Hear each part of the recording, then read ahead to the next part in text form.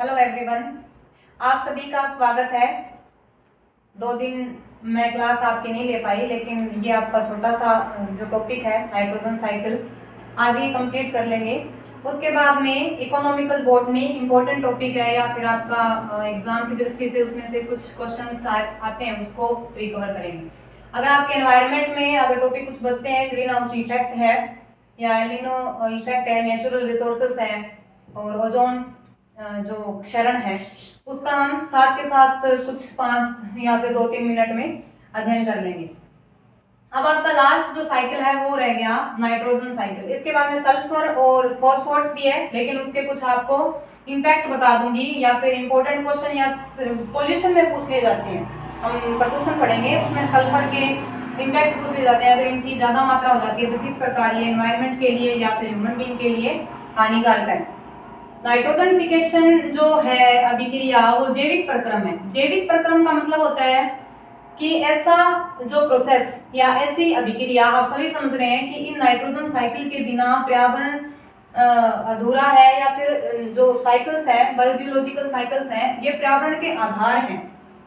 इनका असंतुलन संतुलन ये सब डिपेंड करता है एनवायरनमेंट की घटनाओं में, और वो घटनाएं हैं वो इन्हीं पे डिपेंड है कि ये साइकिल्स जब लगातार कंटिन्यूस रूप से बिल्कुल बैलेंस रूप से चलते रहेंगे, तब तक क्या है कि सारे मटेरियल ऑर्गेनिक इनऑर्गेनिक जो मटेरियल है वो रिसाइकिल होते रहेंगे, और लगातार हर ट्रॉपिकल लेवल तक इनकी मात्रा है जो बराबर पहुंचती रहेगी, और एनवायरनमेंट जो पोल्यूशन है वो भी कम होगा। लेकिन उनके जो इम्पैक्ट पड़ते हैं उसके कारण एनवायरनमेंट पोल्यूशन लगातार बढ़ ही रहा है, उसका एक अलग प्रभाव है। तो नाइट्रोजन साइकिल एक जैविक प्रक्रम है। ये डिपेंड किस पे करता है? जैविक प्रक्रम का कारण ये होता है कि जिसमें कोई भी लिविंग ऑर्गेनिज्म है वो इस प्रक्रम को लिए भाग लेते हैं, है ना। तो इसमें क्या है कि एग्जांपल ये पूछ लिया जाता है कि जो नाइट्रोजनिफिकेशन अभिक्रिया है उसमें जैविक प्रक्रम में या फिर इस प्रक्रम में वो किस प्रकार के जो जीव हैं या सूक्ष्म जीव, हम उसको जीव नहीं कहें, सूक्ष्म माइक्रो ऑर्गेनिज्म है, वो योगदान देते हैं, सहयोग करते हैं। तो पहले हम पढ़ते हैं इसकी प्रोसेस। जो वायुमंडलीय नाइट्रोजन है 78% है, ठीक है। लेकिन ये जो विक्रिया है नाइट्रोजन की, ये वायुमंडल मृदा के बजाय वायुमंडल में ज्यादा है। मतलब वायुमंडल के थ्रू इसका जो नाइट्रीकरण है, विनाइट्रीकरण है, वो वायुमंडलीय अभिक्रियाओं पर डिपेंड करता है, ठीक है। अब एक पॉइंट ये है कि जो पादप होते हैं वो नाइट्रोजन को नाइट्रेट के रूप में या अमोनिया आयन के रूप में लेते हैं डायरेक्ट। आप समझ रहे हो कि जो नाइट्रोजन की अभिक्रिया है उसमें क्या होता है कि हम इनहेल नहीं कर सकते। हम नाइट्रोजन को गैसीय अवस्था में थोड़ी लेंगे, लेकिन वो जो नाइट्रोजन है वो पहुंचेगी कैसे, हमारी बॉडी में कैसे पहुंचेगी? नाइट्रोजन आती कहाँ है? तो हम क्या है, नॉन डिपेंडेंट पूरे के पूरे प्रोड्यूसर्स पर हैं। प्रोड्यूसर्स मतलब प्लांट्स, और प्लांट्स में ये देखो डायरेक्ट इनडायरेक्ट रूप से जो पादप ही हैं वो ही हमारे काम आ रहे हैं। आप फूड प्रोसेस से लेकर मेडिसिन तक है, या फिर जितने भी आगे दिन इकोनॉमिकल बॉटनी वो ये सब समझाने के लिए मैं आपको पढ़ाऊंगी, ठीक है। तो मैंने क्या बताया कि जो पल्सेस होते हैं दालें, उसमें जो मुख्य सोर्स उनका प्रोटीन ही है ना, प्रोटीन है। तो उसमें नाइट्रोजन का मतलब होता है एन आयन, ठीक है, उसका फॉर्मूला होता है, उसमें एन आयन प्रेजेंट होता है। तो पल्सेस के द्वारा यानी प्लांट या फिर इस प्रकार की हम जो दालें हैं वो यूज करते हैं। तो जो प्लांट है वो तो अब जो प्रोटीन, ये लेग्यूमिनेसी जो जितनी भी फैमिली में हम पढ़ेंगे तो ये सारे प्रोटीन के सोर्स हैं। अब यहाँ पे हम अगला टॉपिक स्टार्ट करते हैं, वो है इसका साइकिल किस प्रकार का होता है, ठीक है। नाइट्रोजन साइकिल में माइक्रो ऑर्गेनिज्म जो निभाते हैं अपनी भूमिका, उसमें सबसे पहले क्लोस्ट्रीडियम जो जीवाणु होते हैं, क्लोस्ट्रीडियम जीवाणु होते हैं, वो नाइट्रोजन कौन सी प्लांट में, आप ये ध्यान रखो कि जो लेग्यूमिनेसी पादप होते हैं उनकी नोड्यूल्स में, जड़ों की जो होती है उसमें नोड्यूल्स प्रेजेंट होती है, और ये ही जो सूक्ष्म जीव, यहाँ इन नोड्यूल्स में सूक्ष्म जीव प्रेजेंट होते हैं, जो क्या करते हैं, इस नाइट्रोजन वायुमंडलीय नाइट्रोजन को होल्ड करते हैं, और यहाँ से नाइट्रिफिकेशन, विनाइट्रीकरण, अमोनीकरण अभिक्रिया के द्वारा क्या करते हैं, उन सभी आयनों को, कौन से आयनों को, जो नाइट्रोजन डायरेक्ट रूप में है, उन आयनों को अमीनो एसिड में ऑक्सीडेशन द्वारा अमोनिया में, आपके सिर्फ ये इम्पैक्ट वर्क है, मतलब इनका आपके काम है, मतलब सिलेबस में जैसे भी है, लेकिन उसके बाद अमोनिया आयन में फिर नाइट्रो, जैसे मैंने बताया कि माइक्रो ऑर्गेनिज्म का ज्यादा महत्व है, तो नाइट्रोसोमोनास है ये इस अमोनियम आयन को नाइट्राइट में चेंज कर देते हैं, और इस नाइट्राइट को नाइट्रो जो वेक्टर होता है वो नाइट्रेट के रूप में, जो कहाँ, जो प्लांट की नोड्यूल्स में प्रेजेंट सूक्ष्म जीव है, यहाँ तक जो अभिक्रिया है वो नोड्यूल्स में संपन्न होती है। जहां से नाइट्रोजन ली गई वहां से माइक्रो ऑर्गेनिज्म द्वारा, तो ये नाइट्रेट बनने तक की अभिक्रिया है वो माइक्रो ऑर्गेनिज्म है वो संपन्न करते हैं नोड्यूल्स में। अब ये जो नाइट्रोजन है, नाइट्रेट आयन है, वो मृदा में आगे, ठीक है, वायुमंडलीय नाइट्रोजन है वो इस प्रोसेस द्वारा मृदा में अब होल्ड करके, मतलब उसको कंप्लीट न्यूट्रिशन है उसके आसपास, लेग्यूमिनेसी प्लांट जैसे चना वगैरह हम होते हैं, जितने भी दालें लगाते हैं, उसके आसपास क्या है, इनकी नाइट्रोजन की प्रचुरता है ना।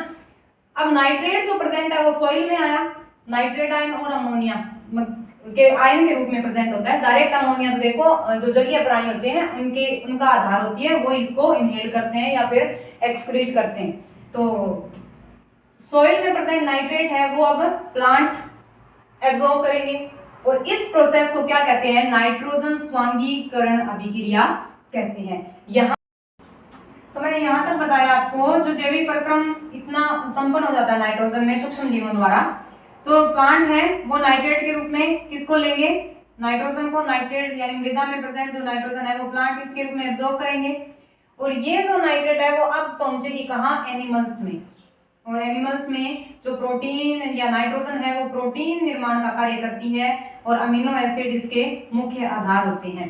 इसके बाद में ये जो नाइट्रोजन है या फिर अमीनो एसिड है, प्रोटीन प्रोसेस है, वो आगे फूड चेन में प्रवेश कर जाते हैं। तो इस तरह नाइट्रोजन का जो साइकिल है वो लगातार चलता रहता है। तो मुख्य रूप से तो नाइट्रोजन कहाँ आई, वायुमंडलीय नाइट्रोजन है वो इन सूक्ष्म जीवों द्वारा विभिन्न प्रोसेस को संपन्न करते हुए नाइट्रेट आयनों के रूप में बदल जाती है, यानी वायुमंडल की जो नाइट्रोजन है वो मृदा में नाइट्रेट और अमोनियम आयन के रूप में प्रेजेंट है, और यहाँ से इस साइकिल के द्वारा एनिमल्स या फिर अगले ट्रॉपिकल लेवल तक पहुंच जाती है। ठीक है, अब इसके कुछ एग्जांपल्स हैं भी कौन कौन से, जो यहाँ तो मैंने आपको बताया कि जो क्लोस्ट्रीडियम जीवाणु है ये बैक्टीरिया है। अब ये सबसे पहले जो नाइट्रोजन है उसका विअमोनीकरण अभिक्रिया करेगा, फिर ऑक्सीडेशन करेगा, फिर जो अमोनियम आयन है उसको नाइट्रोसोमोनास, पूछ ले जाते हैं क्वेश्चन, अमोनियम आयन को नाइट्राइट में कन्वर्ट करने के लिए कौन से जीवाणु होते हैं, नाइट्रोसोमोनास। उसके बाद नाइट्राइट को नाइट्रेट में कौन से, नाइट्रोबैक्टर। और यहाँ से मोस्ट इंपोर्टेंट क्वेश्चन ये है कि लेग्यूमिनेसी प्लांट की नोड्यूल्स में, लेग्यूमिनेसी प्लांट की, लेग्यूमिनेसी का समझ रहे हो आप, लेग्यूम मतलब जितने भी दालें हैं, अरहर है, उड़द, चना, जितने भी दालें हैं जो प्रोटीन के सोर्स हैं, उन प्लांट की जड़ों में जो जीवाणु प्रेजेंट होता है उसका नाम है क्या, सहजीवी राइजोबियम जीवाणु, सहजीवी राइजोबियम जीवाणु, जो नाइट्रोजन फिकेशन का कार्य करता है किसमें, लेग्यूम प्लांट्स में। ये नोड्यूल्स जो होती हैं वो बिल्कुल पिंक कलर की होती है। और इसके अलावा आप ये भी देखो कि नॉन लेग्यूम कुछ ऐसे भी प्लांट है जो बिना दलहनी फसल है या फिर बिना दलहन के, या फिर जो नॉन लेग्यूम प्लांट है जैसे फ्रैंकिया और केजुराइना, ये भी नाइट्रोजन फिकेशन का कार्य करते हैं वायुमंडल में से नाइट्रोजन एब्जॉर्ब करके। उसके अलावा ब्लू ग्रीन एल्गी भी, जिसमें नोस्टॉक और एनाबिना, ये जो सूक्ष्म जीव है वो भी नाइट्रोजन फिकेशन का कार्य करते हैं। अब हम पढ़ते हैं इम्पैक्ट क्या है नाइट्रोजन के। यहाँ से जैसे फर्स्ट ऑफ ऑल क्या है, नाइट्रोजन फॉसिल फ्यूल, जिस प्रकार कार्बन के बारे में आपने पढ़ा था कि फॉसिल फ्यूल के जलने से, दहन से कार्बन है जो एक तरह से एनिमल्स या फिर जितने भी जीव है, सूक्ष्म जीव के मतलब जितने जीव है उनका जैव भार का कार्य करती है, मतलब उसकी बॉडी मास को बनाए रखने में आवश्यक है। एंड अदर एक्टिविटीज है, CO2 है, जैसे तो प्रकाश संश्लेषण में उसका कंट्रीब्यूशन है। लेकिन कहीं ना कहीं इनकी ह्यूमन एक्टिविटी के कारण इनका इम्पैक्ट लगातार एनवायरनमेंट पर पड़ रहा है, जिसका हार्मफुल इफेक्ट सभी को झेलना पड़ता है। तो फॉसिल फ्यूल के जलने से नाइट्रोजन में, मतलब वायुमंडल में जो NO है उसका इंक्रीजेशन ज्यादा होना, ठीक है। सेकेंड हम ये कह सकते हैं कि जैसे जैसे नाइट्रोजन है वो वैसे वायुमंडल में बढ़ रही है, तो उससे क्या होता है कि HNO3 नाइट्रिक अम्ल का निर्माण होता है। अम्लीय वर्षा जिसको बोलते हैं, अम्लीय वर्षा, क्योंकि जो नाइट्रोजन है वो एनवायरनमेंट में जा रही है। नाइट्रोजन एक पोल्यूशन के रूप में नाइट्रोजन मोनोऑक्साइड है, तो ये जो एनवायरनमेंट में जा रही है तो कहीं ना कहीं वर्षा के साथ या फिर कार्बन के साथ या सल्फर, जितने भी पोल्यूटेंट है एनवायरनमेंट में प्रेजेंट है, उनके साथ होल्ड हो जाती है, कंबाइंड हो जाती है, और फिर पोल्यूशन के ज्यादा बढ़ने से अम्लीय वर्षा का निर्माण करती है। अगर अम्लीय वर्षा के लिए जो जिम्मेदार जो एलिमेंट है या फिर यौगिक है वो है नाइट्रिक अम्ल। ठीक है। सेकंड नंबर है कि नाइट्रोजन वायुमंडल से तो लगातार हमें प्राप्त हो ही रही है, नाइट्रेट आयनों के रूप में पहुंचती तो वो किसी न किसी ट्रॉपिकल लेवल तक है, वो तो एक साइकिल हो गया। लेकिन जल जो सोर्स है, जल के जितने भी स्रोत हैं उनमें भी, या फिर इंडस्ट्री वगैरह लगती है, कारखाने हैं, तो वो जल के जो स्रोत होते हैं उसमें बहा दे देते हैं, अपशिष्ट पदार्थों को बहा दिए जाते हैं। तो वहां पर जो नाइट्रोजन है, आप सिंपल समझो कि कृषि जो प्रोडक्ट है, कृषि प्रोडक्ट है, एक तो मृदा में जो नाइट्रोजन है वो ओरिजिनल या नेचुरल रूप से प्रेजेंट है। ये जो सूक्ष्म जीव है वो उसको होल्ड करते हैं, ओरिफिकेशन की प्रोसेस करते हैं, फिर वो नाइट्रोजन है वो मृदा में आ रही है ना।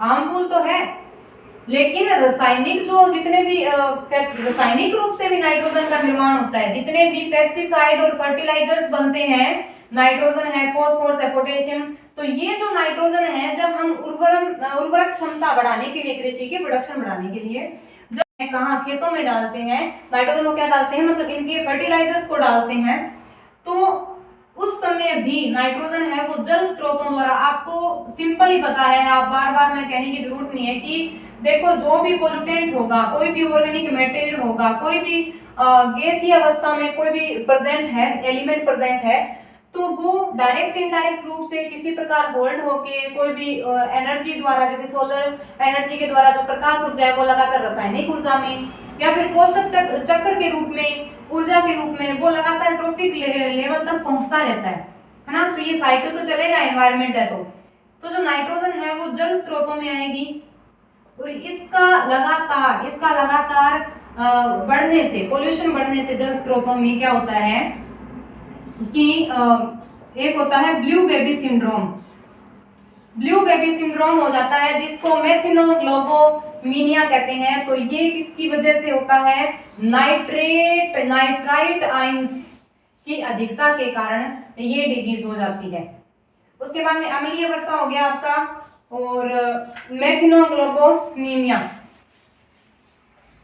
जल स्रोतों में नाइट्राइट की मात्रा बढ़ने से मेथिनोग्लोबोमिनिया। कभी कभार ऐसे आता है क्वेश्चन है कि ब्लू बेबी सिंड्रोम है, उसका नाम भी पूछ लेते हैं, उसको क्या कहते हैं, मेथिनोग्लोबोमिनिया, और कौन से एलिमेंट या फिर यौगिक की वजह से या फिर किसके पोल्यूशन की वजह से, जल स्रोतों में किसके पोल्यूशन के कारण, नाइट्राइट की प्रेजेंस के कारण ये मेथिनोग्लोबोमिनिया या फिर ब्लू बेबी सिंड्रोम है वो हो जाता है।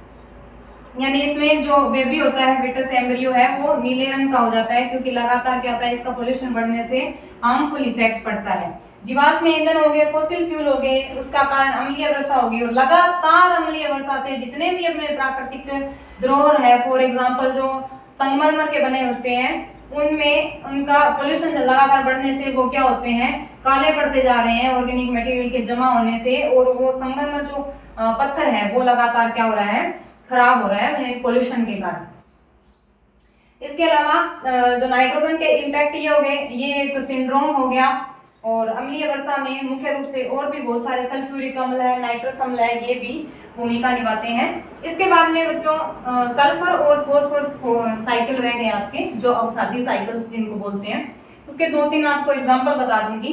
तो इसके बाद में हम नेक्स्ट पढ़ते हैं सल्फर और फॉस्फोरस साइकिल। जय हिंद, जय भारत।